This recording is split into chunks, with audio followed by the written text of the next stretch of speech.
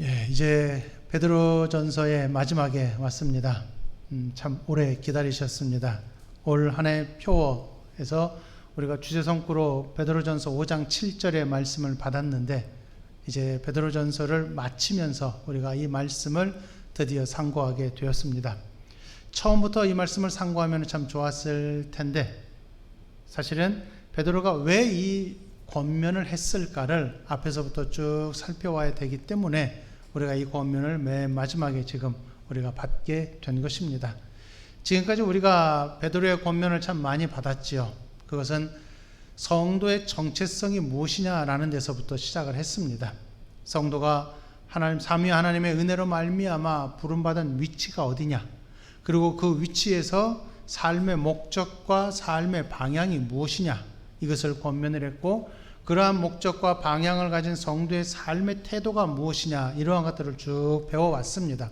그리고 4장 12절부터 시작하여서 이제 우리에게 주어져 있는 이 육신의 삶이라고 하는 것은 우리를 연단하는 그 불시험이 우리에게 있다는 것이고, 그러한 불시험을 통하여서 우리가 훈련을 받아야 된다는 것이었습니다.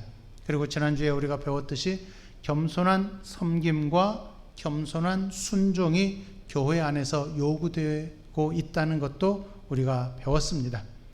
그리고 이러한 모든 것들을 이제 하나로 통합하여서 베드로가 오늘 마지막으로 결론을 내리고 있습니다. 그런데 사실은 5장 7절의 이 말씀은 우리가 잘 알고 있는 말씀이기는 하지만은 이것보다 훨씬 더 중요한 권면은 5장 6절에 나와 있습니다. 그게 무엇이냐 하면은 하나님의 능하신 손 아래에서 겸손하라 라고 하는 것입니다. 왜냐하면 7절의 말씀이 있기 때문에 그렇습니다. 너희 염려를 다 주께 맡기라, 이는 그가 너희를 돌보심이라 하는 이 이유가 있기 때문에, 이러한 하나님의 은혜가 있기 때문에 이러한 은혜를 가지고서 우리는 하나님의 능하신 손 아래에서 겸손할 수 있다라고 하는 것입니다. 그래서 베드로가 이 앞전에 모든 이야기를 해올 때에 그 모든 이야기의 핵심은 사실은 한 가지였어요. 그게 무엇이냐 하면은 하나님이 너희를 택하셔서 너희와 함께하고 있다라고 하는 사실입니다. 이 사실을 놓쳐버리게 되면은 베드로전서의 이 모든 권면들이 사실은 무용지물이 될 수도 있습니다.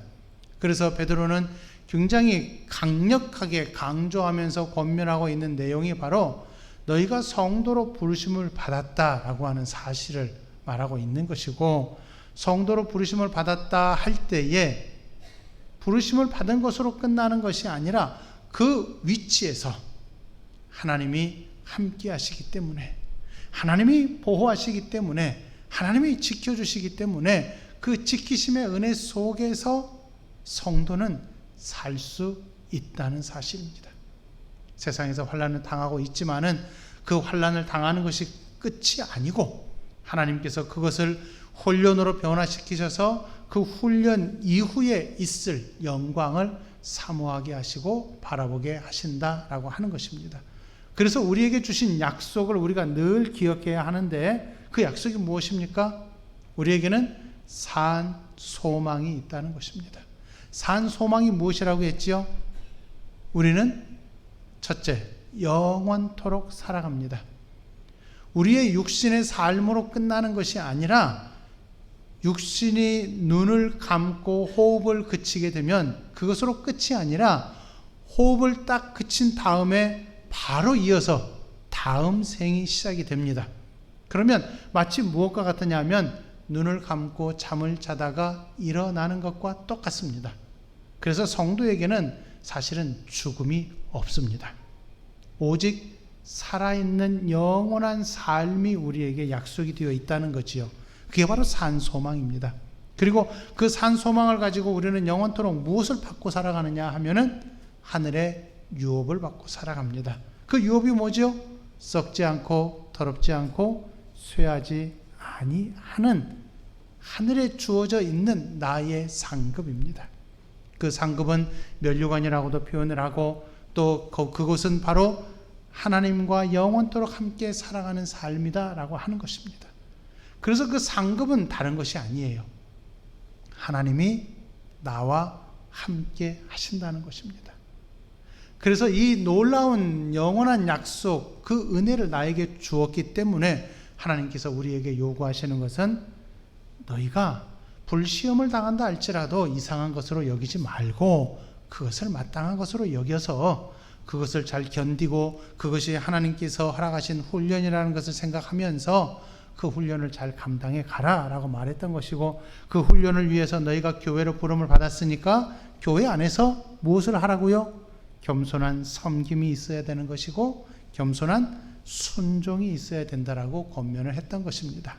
그래서 이러한 모든 것들을 다 종합하여 이제 오늘 본문에서 마지막으로 베드로가 권면을 하고 있는데, 5절부터 9절을 보게 되면은 베드로는 4가지 동사를 사용을 하고 있습니다. 그 무엇이냐 하면은 겸손하라, 근신하라, 깨어라, 굳건하게 하라, 이 4가지입니다. 그런데 이 4가지를 둘씩 짝지어서 나눌 수가 있어요.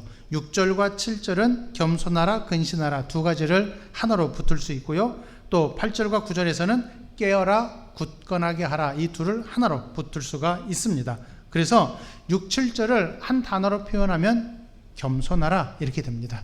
그리고 8절과 9절은 근신하고 주의하라 이렇게 말할 수가 있습니다. 이 2가지를 이제 간단히 한번 살펴보려고 합니다. 자, 6절과 7절을 보게 되면은 겸손하라라는 표현으로 우리가 요약해 볼 수가 있는데요.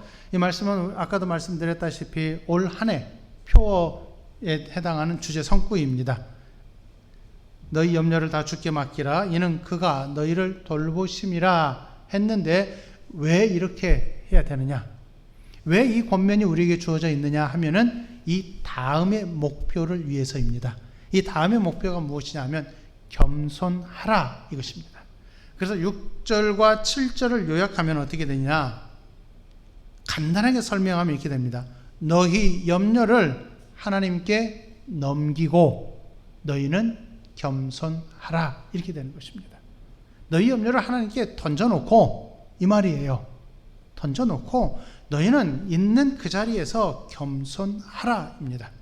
그래서 우리가 생각해 볼 거는, 그럼 겸손이 무엇입니까? 하나님 앞에서 겸손하다는 것이 무엇이고, 그리고 하나님께 나의 염려를 던져놓는다는 것이 무엇입니까? 이 2가지에 대한 답을 우리가 가지고 있어야 할 것입니다. 자, 겸손이 무엇입니까? 겸손은요, 남을 존중하고 나를 낮추는 것을 말합니다. 보통 우리가 갖고 있는 이 겸손의 개념은 어디에서 나오느냐 하면 유교에서 나오죠. 겸양지덕이라고 해서 다른 사람들이 나를 교만하다고 손가락질 할까봐 나는 굉장히 잘났는데 아이고 뭐 그래요, 그냥 다 그럴 수도 있죠, 뭐 남들이 다 하는 것인데요 하면서 겸손한 척 하는 것, 이것은 겸양이라고 하지만은 성경에서 말하고 있는 겸손과는 차이가 다릅니다. 사실 겸손이라고 하는 것은 그 대상이 분명히 있습니다. 누구 앞에서 겸손하냐 하면은요, 내가 높여야 할 대상이 있을 때 그분 앞에서 내가 나를 낮추는 자세를 취하는 것이 겸손입니다. 그러면 사람과 사람이 서로 하나님의 피조물로서 평등하다라고 우리는 분명히 알고 있습니다. 그러면 내가 다른 사람 앞에서 과연 겸손할 수 있을까요? 겸손할 필요가 있을까요? 사람이 사람 앞에서 우리는 겸손할 필요는 없습니다. 왜냐하면 서로 동등하기 때문에, 서로 평등하기 때문에 그렇습니다. 같은 하나님의 피조물로서요. 그러면 우리가 겸손을 행해야 할 대상은 오직 한 분뿐입니다. 누구냐 하면 하나님 한 분뿐입니다. 물론 우리가 2장 13절부터 시작해서 3장 7절까지 해서 이 세상의 제도에 대해서 순복하라라고 배웠잖아요. 그러면 그것은 무엇을 말하느냐 하면 겸손과는 다른 하나님이 내신 제도에 대한 순종을 의미하는 것이지, 우리가 개인적으로 겸손해야 된다라고 하는 것과는 차이가 다릅니다.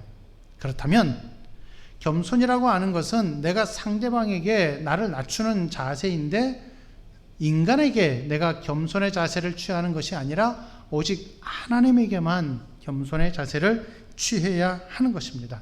그러면 어떻게 하나님 앞에 우리가 겸손의 자세를 취할 수 있느냐 하면은요, 내가 어떤 상황에 있다 할지라도 내가 하나님의 하나님 되심을 인정하고 하나님께서 나의 모든 것을 주장하신다는 것을 고백하는 것을 말합니다. 이것이 바로 성경이 우리에게 가르치는 겸손입니다.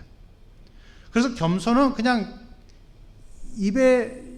입으로만 나오는 나를 낮추는 그러한 어떤 태도가 아니라 실제적으로 하나님 앞에서 나는 낮은 자이고 나는 하나님의 은혜로만 살아갑니다 라는 고백을 하는 것이 바로 겸손이라 하는 것입니다. 베드로가 지금 말하고 있는 겸손이 바로 여기에 있다는 것을 염두에 두셔야 됩니다. 그래야 우리는 하나님의 능하신 손 아래에서 겸손할 수 있게 되는 것입니다. 6절의 의미가 바로 그거예요.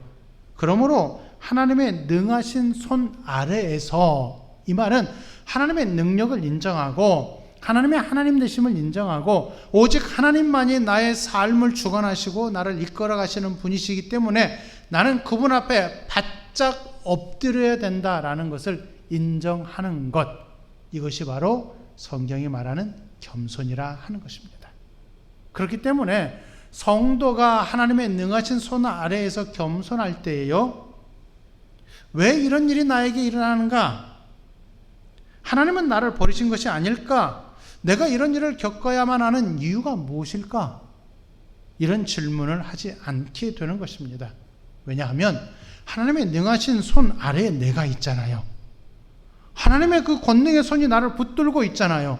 그렇기 때문에 나를 붙들고 계신 그 은혜의 자리에서 왜 하나님이 나를 버리실까? 왜 나에게만 이런 일이 일어날까? 왜 나만 이런 고통을 겪을까? 하는 그런 질문을 하는 것 대신에 그 다음에 7절로 넘어오게 되는 것입니다. 7절에 어떻게 말하고 있죠?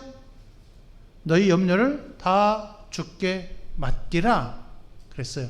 주께 맡기라, 이 말은 주께 던지라 그랬죠. 자, 내 염려가 있는데 그것을 던져 놓으면 나에게는 염려가 있습니까? 없습니까? 없잖아요. 그렇죠? 나에게는 이제는 염려가 없어요. 왜냐? 하나님이 그걸 가져가셨으니까. 하나님께서 그걸 나에게 던지라고 말씀하셔서 나는 던져 놓으니까 나는 지금 염려가 없어요. 그런데 왜 우리가 염려하느냐? 이것입니다. 그것은 바로 우리가 겸손하지 못하기 때문에 그렇습니다. 그래서 베드로가 권면하고 있는 말이, 너희가 지금까지 내가 권면하는 말을 다 듣지 않았느냐? 하나님께서 너희를 어떻게 대하고 계시는지 배우지 않았느냐? 하나님이 능력이 많으신 분이시고 능력이 무한하신 분이시고 너희를 이렇게 보호하신다고 약속하신 분이신데, 너희에게 이런 은혜를 베풀고 계시는 분이신데, 그렇다면 너희가 하나님 앞에서 마땅히 겸손해야 되지 않겠느냐? 겸손이 무엇이라고 했죠? 하나님의 능력을 인정하는 마음이라고 했어요. 하나님의 능력을 인정하는 너희가 하나님께서 이러한 잠깐의 고난이 있을 때 그 고난을 당신에게 맡기라고 했는데 맡기면 될 거 아니겠느냐? 그러면 너희에게는 이제는 염려가 없지 않느냐? 말은 간단하지요. 말은 참 쉽지만은 이걸 우리가 믿음으로 날마다 고백을 해야 한다는 것입니다. 이게 바로 신앙의 삶이라는 거예요. 이것이 진짜 믿음을 가진 성도들이 고백해야 할 믿음의 내용이라 하는 것입니다. 우리 염려를 그러면 하나님께 어떻게 던질 수가 있겠어요? 나는 그것에 관심을 두고 집중을 하면서 내 마음을 빼앗기는 것이 아니라 내가 겸손해야 할 대상이신 하나님에게 내 마음을 옮기는 것입니다. 그럴 때에 이 고난이 나에게 더 이상 영향을 미치는 것이 아니라 하나님을 향했을 때 하나님의 능력이 나를 붙들고 하나님의 약속이 나에게 다가오기 때문에 그 약속으로 나는 이 고난 위에 올라설 수가 있는 것입니다. 그래서 우리 성도들의 삶은 신앙의 훈련이 되는 것입니다. 우리 앞에 많은 염려들이 있고 안타까움이 있고 힘든 일들이 참 많이 있어요.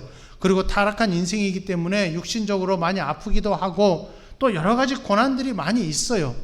지금 베드로전서를 배우면서 계속 말씀드렸다시피 성도가 당하는 이 고난, 염려, 어려움 이러한 것들과 세상에서 모든 인생이 타락한 인생이 겪는 어려움을 구분하라고 했지요.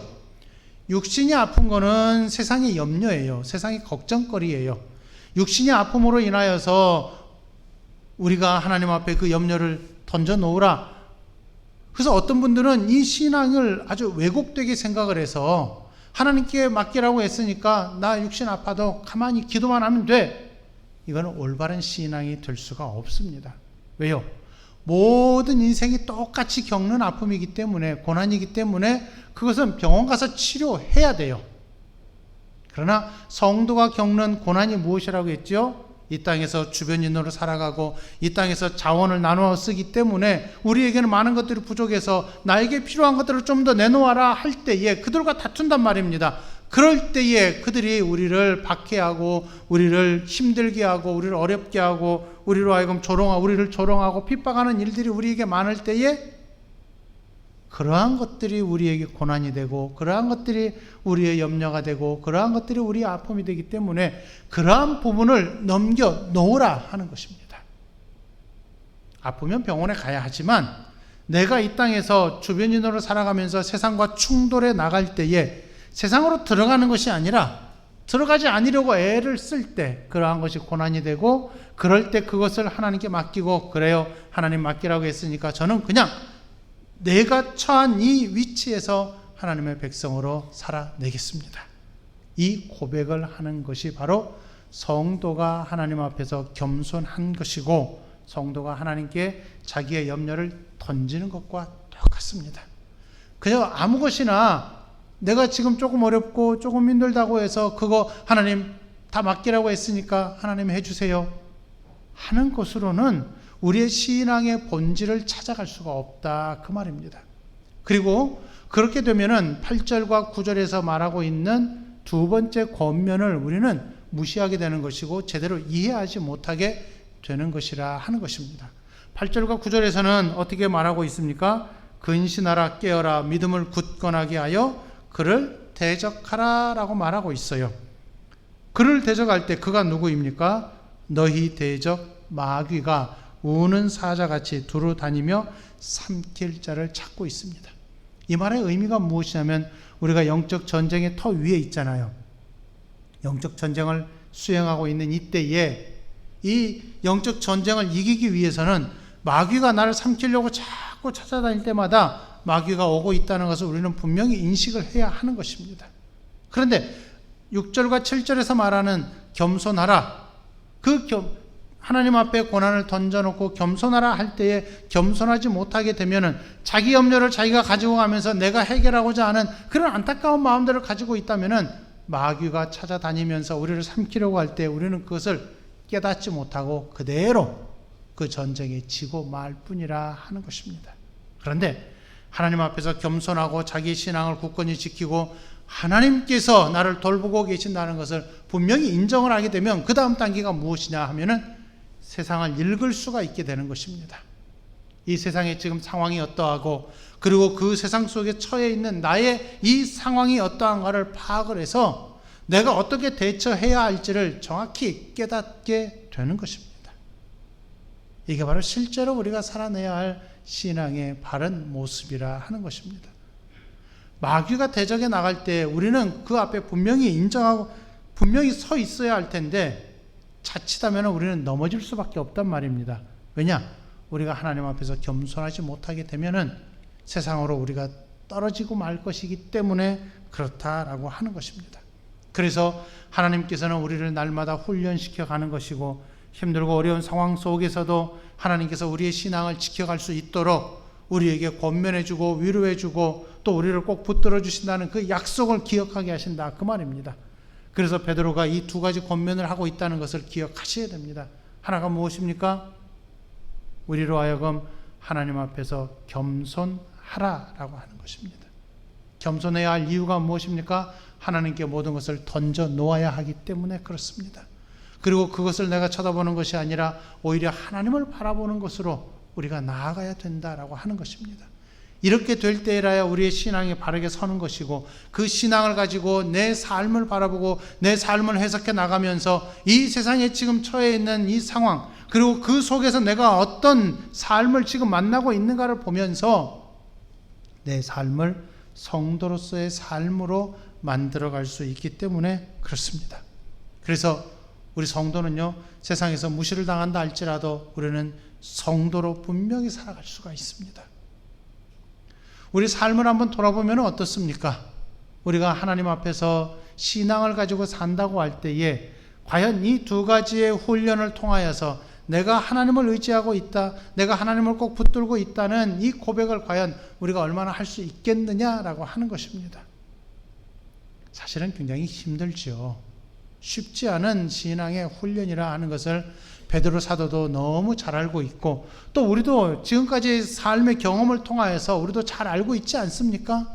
그래서 마지막에 이제 10절의 권면을 주고 있습니다.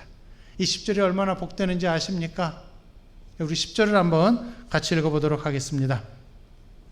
모든 은혜의 하나님 곧 그리스도 안에서 너희를 부르사 자기의 영원한 영광에 들어가게 하신 이가 잠깐 고난을 당한 너희를 친히 온전하게 하시며 굳건하게 하시며 강하게 하시며 털을 견고하게 하시리라. 아멘.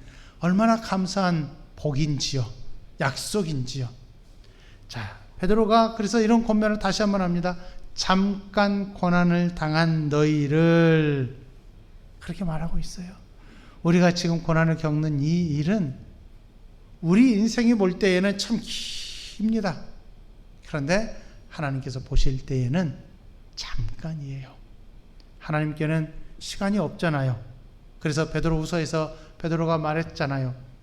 하루가 1000년 같고 1000년이 하루 같으신 분이다 했습니다. 그러면 하나님의 시간으로 볼 때에는 어제나 오늘이나 똑같아요. 어제나 오늘이나 내일이나 10년 후나 100년 후나 아주 찰나의 순간일 뿐이고, 그래서 우리가 생각해야 될 것은 하나님 앞에서 겸손해야 된다고 했잖아요. 그렇기 때문에 겸손한 성도라고 한다는 것은 내 시간으로 나를 보는 것이 아니라 항상 누구의 시간으로 봐야 된다고요? 하나님의 시간으로 내 인생을 봐야 된다, 이 말입니다. 그렇게 되면은 우리 인생이 어때요? 아주 짧은 찰나의 순간이 되는 것이고, 내가 당하는 이 고난들이 잠깐의 고난이 되는 것이고, 이 잠깐의 고난을 우리는 충분히 견딜 만한 여력이 누구에게서부터 오느냐? 하나님에게서부터 오는 것을 우리는 분명히 깨닫게 된다, 이것입니다. 이게 성도가 하나님께 받은 복이에요. 자, 그런데 이 복을 얼마나 강조하고 있는가 한번 보십시오. 하반절에 보니까 잠깐 고난을 당한 너희를 친히 온전하게 하십니다. 그리고 그 다음에 더 강하게 굳건하게 하십니다. 그리고 더 강력하게 강하게 하시며 마지막으로 네 번째, 털을 견고하게 하십니다. 네 가지 동사를 사용해서 점점 강하게 이 복이 얼마나 굳게 우리에게 주어져 있는가를 베드로가 강조하고 있어요. 다시 한번 보십시오. 온전하게 하시며 굳건하게 하시며 강하게 하시며 털을 견고하게 하시리라. 이것이 바로 하나님의 약속입니다. 이 약속을 붙들고 사는 성도는 그래서 하나님 앞에 겸손할 수 있고 우리 염려를 하나님께 던질 수가 있는 것이고, 오히려 우리는 세상에서 살아가면서 세상의 잠깐의 어떤 유혹들, 세상에서 우리를 넘어뜨리려고 하는 마귀의 그런 괴계들을 우리는 물리칠 수가 있는 것이고, 마귀와 대적했다 할지라도 우리는 사실 마귀와 대적하면 우리가 이길 수는 없거든요. 마귀를 피하여서 우리가 하나님을 향하여 하나님을 바라보면서 우리가 살아갈 수 있게 된다라고 하는 것입니다. 그래서 우리는 이 베드로의 권면을 기억하면서 우리 스스로에게 물어보아야 할 것입니다. 무엇을 물어야 됩니까? 아까 우리가 교동문에서 읽었던 대로 예수님께서 이렇게 질문하신 것을 한번 생각해 보시기 바랍니다. 마태복음 6장 25절입니다. 한번 우리 같이 읽어보겠습니다. 그러므로 내가 너희에게 이르노니 목숨을 위하여 무엇을 먹을까, 무엇을 마실까, 몸을 위하여 무엇을 입을까 염려하지 말라. 목숨이 음식보다 중하지 아니하며 몸이 의복보다 중하지 아니하냐. 아멘. 어떻습니까? 이 질문을 받을 때, 자, 여러분은 우리 주께서 여러분에게 물어보십니다. 너는 무엇이 중요하냐? 너의 의복이 중요하냐? 너의 목숨이 중요하냐? 아니면 무엇이 더 중요하냐라고 물어보실 때 여러분은 어떻게 대답하시겠습니까? 그 대답을 여러분이 갖고 계셔야 한다는 것입니다. 내가 지금 어떤 것에 관심을 더 갖고 있습니까? 내 삶에, 물론 우리 모두가 다 내 삶에 다 관심을 갖고 있어요. 그러나 그 삶의 방향이 어디냐 하는 것입니다. 그 삶의 방향을 이 땅의 삶으로 향하고 있다면은 우리는 마귀에게 지는 것이고, 마귀와 대적하여 싸우지 못하고 이 영적 전쟁을 이기지 못하는 삶을 살아갈 수밖에 없단 말입니다. 그런데 하나님을 바라보게 되면은, 하나님을 향하게 되면은 하나님께 내 모든 염려를 던져놓고 나는 성도로서 여기에서 하나님의 백성으로서의 삶을 겸손하게 살아낼 수 있는 것이고, 이 훈련을 우리는 능히 감당해 갈 수가 있다 하는 것입니다. 우리에게 여전히 불시험은 있을 것입니다. 이걸 분명히 인정하셔야 됩니다. 그러나 그 불시험은 우리를 훈련시키시는 하나님의 방식이 되는 것입니다.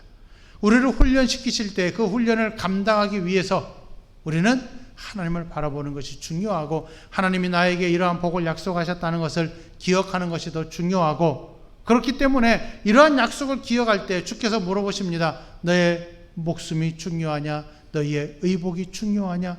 아니면 너희의 삶이 중요하냐? 아니면 무엇이 더 중요하냐? 무엇이 더 중요하냐라고 물어보실 때에 우리가 분명한 답을 갖고 있어야 된다라고 하는 것입니다. 그래서 이 기준이 내가 여기에서 욕심을 내고 있느냐라는 데에 그 기준을 하나 삼아볼 수가 있습니다. 내 삶에 욕심을 갖고 있느냐라고 하는 것입니다. 언젠가도 말씀을 드렸지만 나는 오늘 주께서 부르시면 아멘 하고 우리가 갈 준비가 다 되어 있어야 돼요. 그렇지 않습니까? 우리 모든 인생이 다 그래요. 아이고, 살 만큼 살았으니까 이제 부르시면 가야지. 다들 그렇게 말씀하시죠? 근데 막상 그때가 되면 5년만 더 살았으면 이런단 말이에요. 우리가 이 삶을 이 땅에 지금 모든 우리의 관심을 지금 두고 있단 말이에요.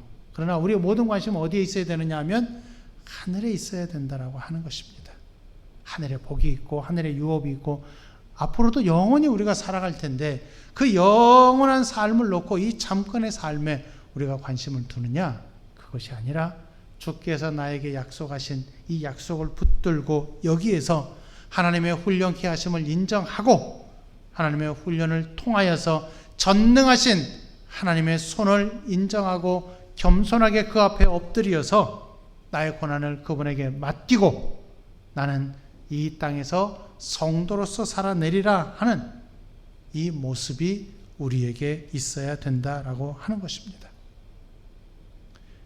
베드로전서의 권면이 바로 여기에서 이제 마칩니다.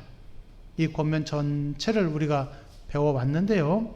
이 베드로가 우리에게 가르치고자 하는 권면은 바로 여기에 모든 초점이 놓여 있습니다. 하나님의 복이 여러분과 함께합니다. 그렇기 때문에 훈련 잘 감당하시기 바랍니다. 그리고 그 훈련을 통하여서 하나님께서 얼마나 우리를 사랑하고 계시는가를 경험하시기 바랍니다. 베드로가 이런 권면을 지금 하고 있고 우리가 그것을 지금 받았습니다. 이것을 기억하시기 바랍니다. 그래서 이러한 훈련을 통하여서 이 땅에서 잠깐 우리가 살아가고 있지만은 이 땅에서 사는 삶은 잠깐일 뿐이에요. 이 잠깐의 삶에서 이 훈련을 잘 감당하셔서 이 다음 생이 우리에게 주어져 있음을 기억하시면서 그날을 준비하는 우리 성도들이 되시기를 바라고요. 그리고 그리스도의 오심을 준비하면서 그분의 재림을 소망하면서 살아가시기를 바라고 우리 주께서 오셨을 때 내가 이 훈련을 잘 감당함으로써 주님 앞에 서서 이러한 칭찬을 받으시기 바랍니다. 잘하였도다. 착하고 충성된 종아. 이 칭찬을 여러분과 제가 꼭 받을 수 있기를 바랍니다. 이런 귀한 은혜가 이미 우리에게 약속으로 주어져 있으니까 오늘 권면을 기억하십시오. 하나님께 모든 것을 던져놓고 그리고 겸손하십시오. 하나님만 붙드시고 하나님의 능력을 인정하시고 하나님의 능력을 의지하심으로 말미암아 이 세상에서 어떠한 훈련이 있다 할지라도 하나님은 그 훈련을 분명히 감당하게 하실 것이고 이기게 하실 것이고 그것을 올라서서 하나님의 은혜를 맛보게 하실 것입니다. 이런 귀한 은혜가 저와 여러분에게 이미 주어졌다는 것 놓치지 마시고 힘있게 이 약속을 붙드시고 믿음으로 승리해 나가시는 저와 여러분이 다 되시기를 간절히 바라겠습니다. 기도하겠습니다. 하나님 아버지, 주께서 우리를 사랑하셔서 이토록 귀한 은혜의 자리에 들어오게 하심을 감사합니다. 참으로 복된 성도로 우리를 불러주시고 또 성도로 살아가는 삶이 무엇인지 베드로 사도의 권면을 통하여 배우게 하심을 감사합니다. 육신으로 사는 삶이 쉽지 않은 삶인 것을 베드로가 말하고 있지만 그 쉽지 않은 삶에도 하나님의 은혜가 있으며 하나님의 위로가 있으며 하나님의 붙드심이 있으며 하나님의 견고케 하심이 있음을 이 시간에 배웠습니다. 베드로 사도의 이 귀한 권면들을 통하여서 우리가 이 땅에서 그리스도인으로 살아내되 하나님 앞에서 겸손할 수 있게 하시고 하나님의 권능을 능력을 붙들고 살아가는 우리 성도가 되게 하여 주시옵시고 그래서 이 땅에서 성도의 정체성을 분명히 드러내며 사는 우리 성도들이 다 되게 하여 주옵소서. 그래서 이 땅에서 인내하며 고난을 견디어내면서 우리 주님 오실 때에 참으로 잘하였도다 착하고 충성된 종아라는 귀한 칭찬을 받을 수 있는 우리 성도들이 다 되게 하여 주옵소서. 하나님 아버지, 성도로서 살아가는 삶이 이 땅에서 정말로 주변인으로 살아가고 있지만은 이 땅에서 참으로 비주류로 살아가고 있지만은 그것이 우리에게 있어서 모멸이 아니라 오히려 하나님의 은혜요 하나님의 돌보심이요 하나님께서 복을 허락하셨음을 기억하면서 참으로 복된 성도임을 우리가 늘 기뻐하면서 살아낼 수 있게 하시고 참으로 그리스도인다운 모습으로 우리 성도들이 베드로전서의 권면을 기억하면서 살아낼 수 있도록 더욱 크신 은혜를 베풀어 주옵소서. 예수님의 이름으로 기도하옵나이다. 아멘.